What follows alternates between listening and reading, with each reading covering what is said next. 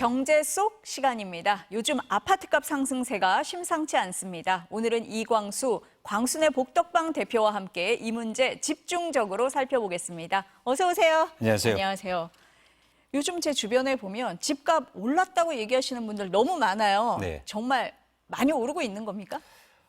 서울 아파트 가격을 중심으로 해서 빠르게 상승하고 있는데요. 한 4월부터 한 3, 4개월 오르고 있는 그런 추세입니다. 그래서 일단 한국부동산원에서 발표하는 지수가 있거든요. 주간 지수로 보면 0.3%씩 오르고 있거든요. 이게 감이 잘 안 오시는데 이렇게 되면 연간으로 이렇게 상승하면 15% 이상 지수가 오르는 거고요. 평균적으로 그러면 20%에서 30% 오를 수 있다. 이런 추정이 가능합니다. 또 하나 여러분들이 직관적으로 좀 아실 수 있는 건 2021년도에 한국의 아파트 가격이 급등했는데 지금 다시 그러니까 하락했다가 다시 상승하면서 그 최고점 수준의 한 90% 정도 집값이 다시 상승했다. 이렇게 보시면 좋으실 것 같습니다.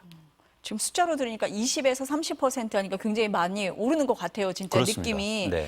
근데 이게 그럼 서울만 올라요? 아니면 다른 지역도 다 오르고 있는 겁니까? 일단 서울 아파트 가격 중심으로 상승세가 커지고 있고요. 이런 상승세가 수도권으로 점차 조금씩 퍼지고 있는 상황인데 중요한 건 이제 지속성 여부겠죠. 이게 이제 확산되느냐 그런 어떤 기로에 서 있다 이렇게 보시면 됩니다. 근데 이제 서울이 한번 오르기 시작하면은 주변도 오를 것 같다라는 느낌도 들거든요. 그게 이렇게 확산이 많이 됩니까? 보통 그렇게?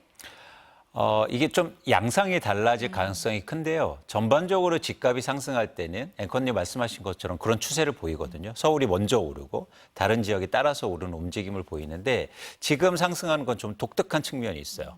뭐냐면 신축 아파트와 그리고 주거 선호지를 중심으로 해서 특히 실수요자들이 증가하면서 집값이 오르고 있거든요. 그러면 이렇게 지역적으로 확산되기에는 좀 한계가 있는 거고 그래서 일부 지역은 여전히 부진한 모습을 보이고 있는 또 이유이기도 합니다. 네. 지금 얘기 들어보니까 일단 서울이 오르고 있는 거고 수도권의 일부 지역이 오르는 그런 네. 상황인 것 같습니다. 네. 그러면은 서울에서는 특히 어디가 올라요? 아까도 말씀드렸듯이 네. 공통점이 있는데 일단 네. 지역별로는 마용성이라고 해서 마포구, 용산, 성동구, 그다음에 강남 3구 이런 주거 선호 지역과 함께 신축 아파트가 많은 지역이 공교롭게도 상승폭이 되게 커지고 있습니다. 그러면 이 지역이 지금 말씀하신 이런 마용성이나 강남 3구에 신축 아파트가 많이 몰려 있는 겁니까, 지금? 그렇죠. 그런 지역에서 네. 재건축이 상당히 활발하게 됐고 용산만 제외하고는 네. 그리고 그동안 재건축이라든지 신축 아파트가 많이 지어지면서 상대적으로 집값 상승률이 큰 모습을 보여주고 있습니다. 기존에 좀 사람들이 선호했던 지역하고 겹치는 느낌도 드는데요. 그렇죠. 네. 이제 그렇기 때문에 말씀드린 것처럼 재건축이 활발하게 진행이 됐고 또 새 아파트가 많이 지어졌다는 거예요. 그러니까 원래 사람들이 좀 선호했던 지역에 신축 아파트가 많이 들어서면서 상승 효과를 더 부추기고 있다 이렇게 좀 들리는데요. 그렇습니까? 맞습니다. 그 지점이 굉장히 중요한 네. 지적이세요. 왜냐하면 예를 들어서 지금 정부가 집값을 안정시키려고 해서 선호 지역의 공급을 늘리겠다 이런 말을 하거든요. 이게 과연 집값을 안정시킬 수 있느냐를 사실 지금 시장에서 반추해 보면 한계가 있다는 거죠. 네. 그럼 아파트만 오릅니까? 일단 지금 그렇습니다. 네. 실수요자들이 아파트를 더욱더 선호하기 때문에 상대적으로 비아파트, 뭐 빌라라든가 단독주택 이런 부분의 가격 상승은 제한적인 상황입니다. 그러면은 집값만 올라요? 전세값도 올라요? 일단 집값 상승 폭이 조금 더 크고요. 그리고 전세 가격도 지속적으로 상승하고 있지만 네. 집값에 오르는 폭보다는 아직 낮은 상황입니다. 그러면 집값이 더 오른다. 근데 전세값 그동안 좀 오르지 않았습니까? 어때요? 그렇습니다. 일단 주간으로 보면 60주 이상 상승했는데요. 뭐 지속적으로 전세 가격도 오르고 있는 거죠. 근데 제가 지금 말씀드리면서 집값이 계속 올랐다, 전세 가격이 계속 올랐다 이런 말씀을 드리는데 그 전에 집값이 크게 하락했고요. 그리고 전세 가격도 예를 들어서 69주 이상 하락했거든요. 그러니까 지금 한국의 부동산 시장에서 집값이 제가 올랐다는 표현을 쓰면서 계속 오른 게 아니라 네. 그 전에 집값이 크게 하락했다가 지금 오르고 있고 전세 가격도 많이 하락했다가 오르고 있는 상황이에요. 그래서 그런 변화폭이 커지고 있다라고 이해하시는 게 훨씬 더 좋으실 것 같습니다. 그러니까 그동안 많이 떨어진 데서 이제 많이 올라오고 있는 그런 중인 그 거예요. 지점입니다. 네. 그러니까 저희가 상승률하고 증가율만 보니까 네. 주간으로 0.3%나 올라? 이렇게 그러니까요. 얘기하시 아까 20%나 올라 이렇게 생각했거든요. 맞습니다. 그런데 네. 많이 하락했기 때문에 상대적으로 상승폭도 크게 느껴지는 거죠. 그래서 사실은 지금의 상승폭은 과도기라고 보고 있고 중요한 건 네. 이런 예를 들어서 0.3%씩 주간으로 오르는 건 이게 주식도 이렇게 오르기가 사실 쉽지 않은데 이렇게 오르는 게 과연 지속될 수 있느냐가 가장 중요한 질문이겠죠. 전에 어떤 경제 전문가가 말씀하시는데 주간 단위로 0.3% 오르면 이거 폭등이라고 얘기한다 이렇게 표현하셨어요. 그렇습니다. 당연하죠. 그런 네, 정도입니까? 그렇습니다. 그러니까 오르는 폭으로 보면 그렇지만 이게 과거에 하락한 상태에서 올라오고 있는 그런 중이다 이렇게 그렇죠. 보면 된다. 이런 그래서 말씀이시죠. 과거에는 예를 들어서 2022년 말부터는 폭락 수준이었거든요. 거의 뭐 강남을 중심으로 해서 30% 이게 1년이 지나서 많은 분들이 그랬었나? 이렇게 생각하실지도 모르겠지만 그렇게 크게 하락했다가 다시 오르고 반등하고 있는 모습이어서 사실 이후에 네. 이게 지속될 수 있느냐의 관점이 더 중요해 보입니다. 보통은 이게 막 전셋값이 오르면요. 또 매매가를 같이 끌어올리는 경우가 많았잖아요. 그쵸. 근데 지금은 말씀을 들어보니까 전세가보다 지금 집값이 더 많이 오르고 있는 거잖아요. 맞습니다. 그럼 그 상관관계는 좀 약해지는 겁니까? 어떻습니까? 일반적으로 상관관계가 있을 수는 있는데 네. 그 정도가 다르다는 거죠. 그러니까 자산 시장에서 결국에는 전세 가격이 오를 때 집값이 오른다고 얘기하는 이유는 두 가지인데요. 첫 번째는 전세를 살고 있는 분들이 전세 가격이 너무 오르니까 나 이제 집 사야지 하면서 수요가 증가하는 부분. 그렇겠네요. 그리고 네. 두 번째는 뭐냐면 전세 가격이 오르면 전세를 이용해서 일종의 갭 투자가 증가할 수 있는 부분. 이렇게 두 수요가 증가하면서 집값을 크게 올릴 수 있는 그런 전망들을 많이 하거든요. 그런데 지금 시장에서는 전세 가격이 오르는데 갭 투자가 증가하지 않고 있어요. 즉 시장에서 투자하려고 집을 사는 사람들은 제한적인 상황입니다. 그러니까 지금 시장에서는 실수요자들이 집을 사고 있기 때문에 동반해서 이렇게 같이 크게 상승폭이 이루어지지는 않는 거죠. 이제 정부에서는 이게 집값 상승세가 심상치 않으니까 아까 잠깐 언급을 하셨는데 공급을 늘리겠다 그래요. 그러면은 좀 낫지 않겠냐라고 하는 것 같은데 거기서 나온 대책이 그린벨트 해제, 재건축 재개발 규제 완화, 신축 빌라 매입 이런 얘기했거든요. 네. 이게 그럼 효과가 있는 겁니까? 그러니까 정부 발표에 의해서는 집값이 오르니까 공급을 늘려서 집값을 안정시키겠다라는 네. 건데요. 일단 집값이 오르는 이유가 수요가 증가해서지 않습니까? 그래서 가장 중요한 정책은 수요를 진정시키는 정책이거든요. 수요를 진정시키는. 진정시켜야 된다. 네, 그렇죠. 공급을 밀리는 게 아니라 수요를 진정시켜야 된다. 그렇습니다. 그런데 진단이 저는 좀 잘못됐다. 결국에는 지금 집값이 오르는 게 수요가 증가해서인데 네. 시간이 오래 걸리는 공급 증가를 통해서 수요를 과연 진정시킬 수 있느냐. 수요를 쉽게 말해서 억제시킬 수 있느냐라는 차원에서는 되게 제한적이라는 거죠. 그리고 또 하나 이런 공급 정책이 시장에 바로 이루어지면 말씀드린 대로 수요를 진정시킬 수 있겠죠. 공급적이 돼. 근데 주택 공급이 그게 불가능하지 않습니까? 그러게요. 그린벨트 해제 이거 언제 되겠습니까? 그렇습니다. 네. 이게 예를 들어서 7, 8년 이후의 공급인데 7, 8년 이후에 공급되니까 지금 막 빚을 내서 집을 사는 분들한테 7, 8년 후에 집 사세요. 이게 잘 소구가 안 된다는 거죠. 그런 차원에서는 이런 공급 정책이 필요하긴 한데 지금 시장을 안정시키기에는 제한적이라고 판단하는 겁니다. 그럼 수요는 어떻게 진정시켜요? 지금 수요가 증가하는 이유는 사실 두 가지가 핵심이거든요. 첫 번째는 정부가 집값이 떨어지면서 규제 완화를 너무 대폭적으로 해줬어요.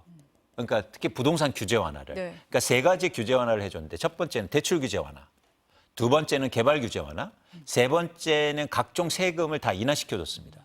결국엔 수요를 억제시키려는 진짜 목적이 있다면 이렇게 규제 완화해 준 걸 다시 규제로 돌아서야죠. 예를 들어서 대출 규제도 하고 개발 규제도 조금씩 이루어지고 그리고 세금에 대해서도 다시 한번 고려할 필요가 있는 건데 이 부분이 이루어지지 않는다면 사실 수요를 진정시키기에는 단기에는 좀 어렵지 않느냐 판단하고는 있습니다. 지금 가계빚이 엄청나게 늘고 있다고 그러잖아요. 그러면 지금 말씀하신 이 대출 규제가 완화된 것도 있을 것 같고 또 집값이 오르니까 나도 사야 되는 거 아니야? 이런 심리도 같이 작용합니까? 그렇죠. 네. 그래서 대표적으로 이런 규제 완화가 되니까 특히 무주택자들이 더 불안한 거예요. 나만 집이 없나 이런 겁니까? 그렇습니다. 그리고 또 하나 뭐냐면 규제 완화 때문에 또 집값이 오를까 봐 걱정이 되는 거죠. 그래서 저는 이 심리를 불안이라고 보고 있는데 이 불안감이 가중되니까 무주택자나 실수요자들이 대출을 무리하게 일으켜서 지금 집을 사고 있는 그런 상황입니다. 결국에는 이런 불안 요소도 정부의 정책이라든가 아니면 금리 인하에 대한 과중한 기대감 이런 것들이 만들었지 않느냐 판단하고 있습니다. 지금 특히 이제 주택담보대출이요 역대 최고 증가폭이라 그러잖아요. 이것도 그러면은 같은 심리입니까? 그렇죠. 네. 왜냐하면 아까도 말씀드렸듯이 부동산 수요는 투자 수요와 실수요가 있는데요. 투자 수요는 대출을 일으켜서 집을 사지 못해요. 전세를 끼고 사니까. 네. 그렇죠? 그래서 수요가 집값이 오를 때 대출이 증가한다는 건 지금 수요가 대부분 실수요라는 겁니다.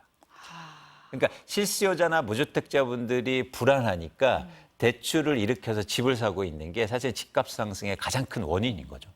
그런 얘기도 해요. 정부가 정책금융을 너무 과도하게 풀어서 집값이 오른 거 아니냐 이렇게 얘기하거든요. 마찬가지입니다. 네. 지금 예를 들어서 신규 주택에서 거의 4채 중에 한 채의 매입 자산을 보면 정책금융이 들어가 있거든요. 그러니까 정부가 예를 들어서 대출을 해줄 테니까 집을 마련해라. 이런 정책들이 수요가 증가하면 자산 가격이 오르잖아요. 그렇죠. 그렇죠. 그런 당연히 원인이 한 가지 원인이 됐었죠. 지금 말씀하시는 이 정책금융이 뭐 특례 보금자리론, 신생아 특례 대출 뭐 이런 거 말씀을 하시는 거잖아요. 맞습니다. 근데 이게 서민 실수요자의 내 집 마련을 좀 도와주자, 이자 부담을 덜어주자 이런 취지잖아요. 취지 자체가 나쁜 거는 아니잖아요. 앵커님, 저희가 좀 진지하게 고민할 필요가 있는데요. 실수요자나 아니면 청년분들이나 신혼부부한테 가장 중요한 주거 정책은 집값 안정입니다. 대출을 해주는 게 아니고요. 저리로 해서 대출해 줄게 집사자보다 수요를 안정시켜서 그리고 정책을 잘 만들어서 집값을 안정시키고 그들이 살만한 가격으로 만드는 게 더 중요하지 않을까요? 그런 측면에서는 이런 정책금융에 대해서 좀 조심할 필요가 있다. 역설적으로 이런 정책금융이 오히려 집값을 올린다면 서민이나 무주택자를 더 힘들게 할 수 있다는 거죠. 역설적으로 그렇게 되네요. 서민을 도와주자고 했는데 집값이 올라버리니까 오히려 지금 부담이 되는 그렇죠. 그런 상황이 돼버렸네요. 그러니까 본질이 뭐냐는 거죠. 네. 예를 들어서 대출 많이 해줄게 내 집 마련하라는 게 아니고 시장을 안정시켜서 그리고 시장보다 훨씬 더 싼 아파트, 저렴한 아파트를 공급하는 게 그들의 복지를 위하나 주거 안정을 위해서 더 필요한 거 아닙니까? 근데 우리는 과도하게 그런 정책금융이라든지 아니면 일종의 대출해줄게 집 사세요라는 정책이 굉장히 많았다는 거죠. 그게 오히려 지금 부작용으로 나타나고 있다 이렇게 판단하는 겁니다. 이게 부작용으로 나타나니까 정부가 이제 대출을 죄겠다고 하잖아요. 그렇죠. 그럼 어떻게 돼요? 가산금리 올려가지고 금리 올리겠다고 하는데. 그러니까 어떻게 이게 되는 정책이 겁니까? 네. 신뢰가 지금 없어지는 거죠. 방향성이. 언제는 대출해서 집사라고 그랬고 지금은 또 대출 규제를 한다고 합니다. 그러니까 사실은 이 자산 시장과 경제에서 중요한 건 정책의 신뢰성이거든요. 그런 차원에서는 정부가 신뢰를 이렇게 예를 들어서 왔다 갔다 하는 정책들이 하면 시장을 더 불안하게 할 수 있다는 거예요. 그래서 이런 부작용들이 또 커지면 자산 시장, 특히 한국의 부동산 시장을 어떻게 또 변화시킬지 우려가 좀 되는 거죠. 근데 대출 금리가 오르면 일단 빚을 내겠다는 사람들이 주니까 집값 안정에 효과가 있을까? 이렇게 생각도 드는데 효과가 있는 겁니까? 어떻습니까? 지금 말씀하셨듯이 저희가 원인을 대출이 증가해서 수요가 증가했고 그게 집값 상승의 원인이었지 않습니까? 그래서 예를 들어서 금리가 오르고 대출 금리가 네. 오르고 대출 규제가 또 이루어지면 당연히 수요는 줄어들게 되고요. 그러면 이렇게 집값 상승세가 지속될 수는 없는 거죠. 아까 갭 투자하는 사람은 별로 이번에는 없다 이런 말씀을 하셨는데 일부 은행에서 보니까 갭 투자를 하려고 대출 받는 사람에게는 대출을 제한하겠다 이렇게 얘기하는 은행들도 있더라고요. 네. 있기는 있으니까 이런 대책이 나오는 거 아닙니까? 그렇죠. 근데 네. 저희가 시장을 판단할 때는 결국에 흐름으로 판단하는데 과거에는 예를 들어서 1,000명이었다면 네. 지금 100명 수준으로 줄어들었거든요. 그런 차원에서는 줄어들었다. 네. 그러니까 이것도 사후 약 방문인 거죠. 네. 뭐냐면 갭 투자가 많았을 때 그런 규제나 그런 방안이 나왔어야 되는데 지금은 갭 투자가 많지 않은데 그런 규제를 한다는 게 과연 효과가 있을까? 그런 생각을 좀 가져봅니다. 말씀을 들으니까 내놓을 수 있는 모든 규제는 다 내놓는 것 같은 그런 생각도 들기는 하는데요. 정부에서. 그럼 이제 다들 이 들으시는 분들이 궁금한 게 그러면 집값이 계속 오른다는 거냐 아니냐 이거 궁금해할 것 같거든요. 어떻게 전망하세요?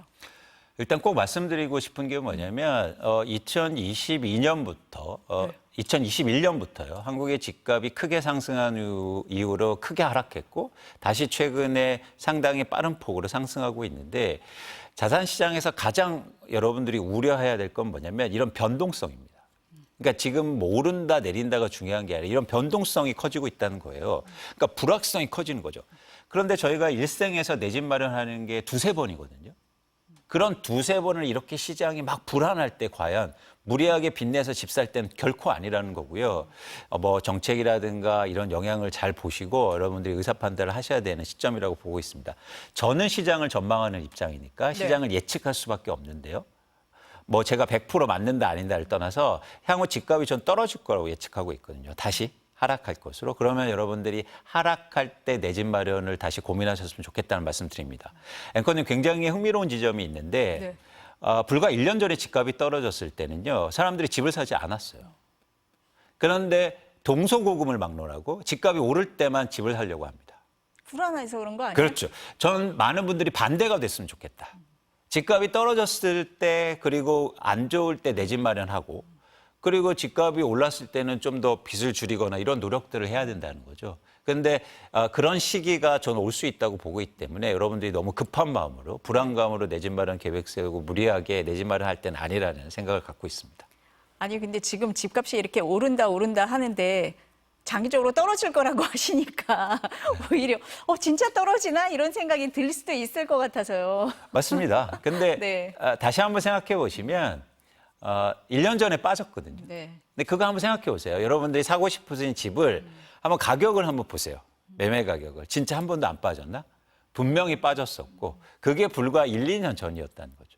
근데 지금의 시장 상황을 볼 때 그런 변동성이 있을 가능성이 높기 때문에 여러분들이 오를 때는 떨어진다는 말이 안 믿기고 떨어질 때는 오른다는 말을 믿지 않습니다. 그럼 내가 집을 사야 되는 실수요자다. 그분들에게 한마디 해주신다면. 여러분들의 기준을 가지셨으면 좋겠어요. 여러분들이 내가 자금 조달을 어떻게 하고 나의 계획이 있으면 이런 시장의 변동성에 대해서 불안하지 않거든요. 그러니까 구체적인 계획이 없기 때문에 불안한 거죠. 그래서 여러분들이 자금 계획을 이제 내가 살고 싶은 아파트를 구체적으로 계획을 세우시고 그다음에 적정 가격이 왔을 때 내 집 마련하셨으면 좋겠다. 그리고 너무 조급하게 생각하지 마시라. 기회는 반드시 온다라는 말씀을 드립니다. 조급해하지 말고 계획을 잘 세워라. 네. 여기까지 듣겠습니다. 감사합니다. 고맙습니다.